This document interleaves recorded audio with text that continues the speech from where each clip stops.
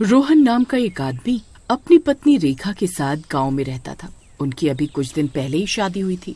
फिर एक दिन रोहन की नौकरी शहर में लग जाती है, तो वो अपनी पत्नी के साथ शहर आ जाता है। फिर वो दोनों शहर में एक किराए के मकान की तलाश में जुट जाते हैं। उनके पास इतने पैसे नहीं होते, तो वो प्रॉपर्टी डीलर को कोई सस्ता मकान किराए पर दिलवाने के लिए बोलते हैं। फिर प्रॉपर्टी डीलर उन्हें एक मकान दिखाता है। रेखा को वो मकान पसंद आ जाता है और वो वहाँ रहने लगते हैं। फिर उसी रात जैसे ही रात के 3 बजते हैं, उन्हें घर के पीछे बने बाग से किसी के झूला झूलने की आवाज आती है।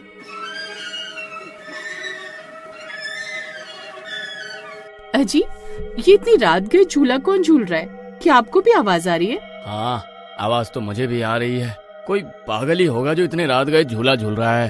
छोड़ो, हमें क्या, सो जाओ। फिर इतना बोलकर रोहन दोबारा सो जाता है, लेकिन रेखा को नींद नहीं आती।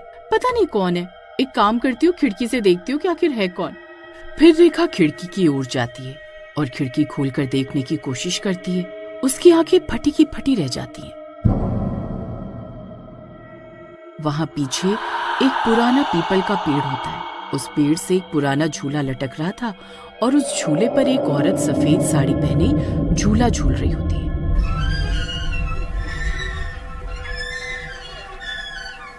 उसके लंबे लंबे बाल होते हैं, जिस वजह से रेखा उसकी शक्ल नहीं देख पाती। उसे देखकर रेखा बहुत डर जाती है। फिर वो भागकर रोहन की ओर जाती है। अरे रोहन, जल्दी उठो, जल्दी उठो, मुझे तुम्हें कुछ दिखाना है। अरे क्या हुआ रेखा? रात के 3 बज रहे हैं, तुम सो क्यों नहीं जाती? जो दिखाना हो सुबह दिखा देना। फिर रेखा रोहन का हाथ पकड़कर उसे खिड़की की ओर ले जाती है। फिर रोहन भी देखता है कि दूर एक औरत सफेद साड़ी पहने झूला झूल रही है।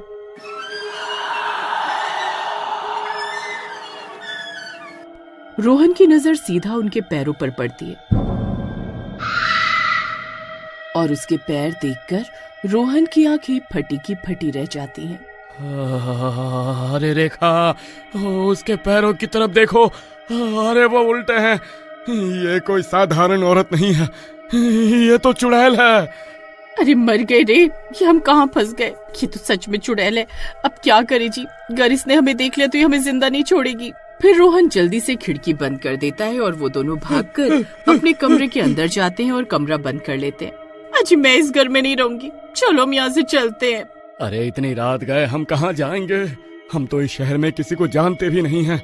तुम डरो नहीं, कुछ नहीं होगा। किसी तरह आज की रात निकालो। मैं कल सुबह होते ही उस डीलर से फोन पर बात करता हूँ। फिर रात भर उन्हें झूला झूलने की आवाज आती रहती है।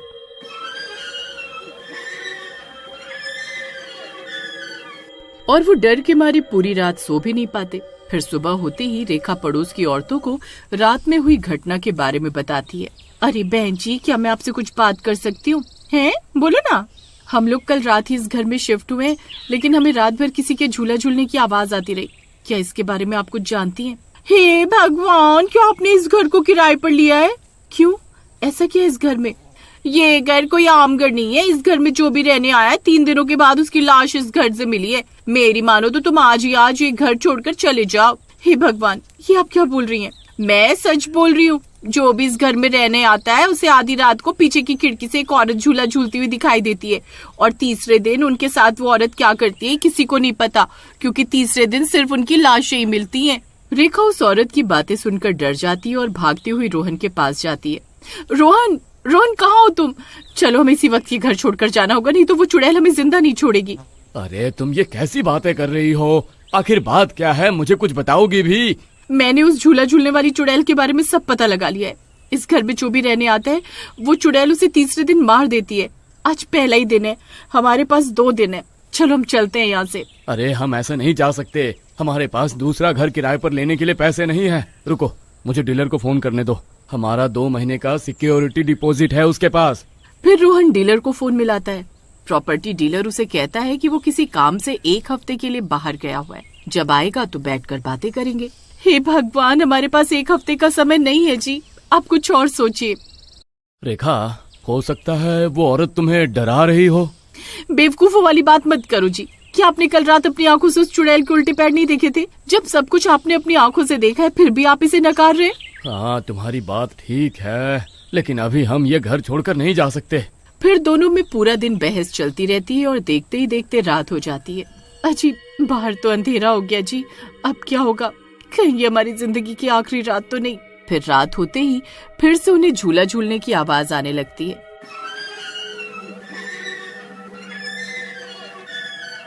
अरे मर गए रे, ये नास बेटी चुड़ैल तो आज फिर से झूला झूलने आ गई।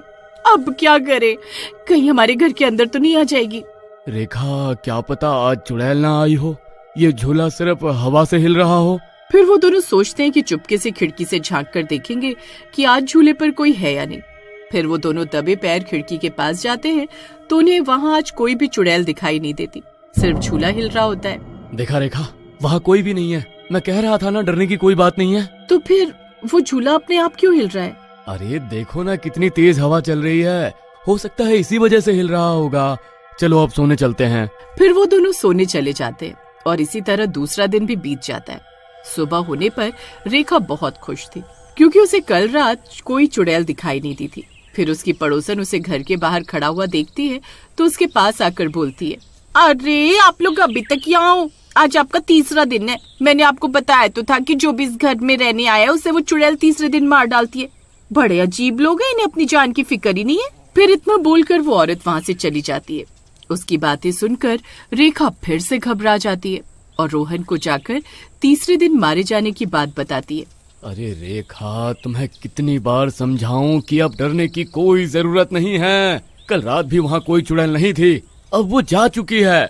नहीं जी, मुझे तो बहुत डर लग रहा है। आज तीसरा दिन है, अगर उस औरत की बात सच हुई तो हम आज मरने वाले। अजी मेरे पास एक रास्ता है, चलो वो झूला जिस डाली पर टंगा हुआ है हम वो पेड़ की डाली काट देते हैं। लेकिन ये बहुत खतरनाक हो सकता है, कहीं चुड़ैल और गुस्से में ना आ जाए।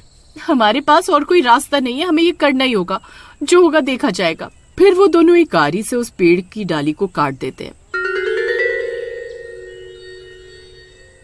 झूला नीचे जमीन पर गिर जाता है।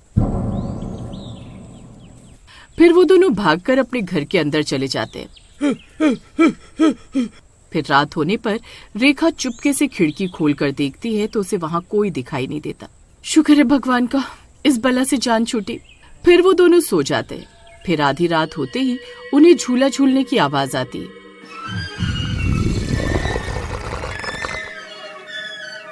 फिर जैसे ही वो आंख खोलते हैं तो उनकी आंखें फटी की फटी रह जाती हैं।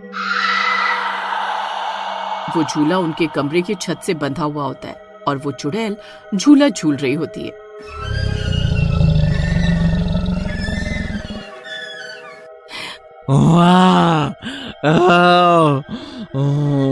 मैं किसी को जिंदा नहीं छोड़ूंगी। अरे मर गए रे, ये कमबख्त चुड़ैल तो घर के अंदर ही आ गई। अब क्या करें जी? आप इससे पूछो ना, आखिर हमसे चाहती क्या है? मैंने तो पहले ही कहा था इसका झूला मत तोड़ो। मैंने सुना है कि ऐसी चुड़ैलों को शांति तभी मिलती है जब कोई उनसे बात करके उनका अधूरा काम पूरा कर दे। अगर हम उससे बात कर पाए और जान पाए कि वो क्या चाहती है तो शायद वो हमें छोड़ दे। पागल हो गई हो क्या? चुड़ैल से बात करोगी? वो हमें देखते ही मार डालेगी। डर कर बैठने से तो मौत पक्की है, कोशिश करेंगे तो शायद बच भी जाए। तुम कौन हो? हमें क्यों डराती हो? अचानक झूला अपने आप रुक जाता है। मैं किसी को मारना नहीं चाहती, मेरा नाम सावित्री है। ये घर मेरा था। शादी के बाद मेरे पति ने मुझे इसी पेड़ पर फांसी दे दी थी। मेरी आत्मा इस झूले से बंध गई है। मैं बस चाहती हूँ कि कोई मेरी अस्थियां गंगा में बहा दे ताकि मुझे मोक्ष मिल सके। हम तुम्हारी मदद करेंगे। अगले ही दिन रोहन और रेखा उस पेड़ के नीचे खुदाई करके सावित्री की पुरानी अस्थियां निकालते हैं और उन्हें गंगा जी में बहा आते हैं। जब वो लौटते हैं तो देखते हैं कि घर से झूला गायब है। घर में पहली बार सुकून और शांति महसूस होती है। रात को उन्हें कोई आवाज नहीं आती। रोहन भी चैन की सांस लेता है। अगर हम डर के मारे भाग जाते तो शायद कभी सच नहीं जान पाते।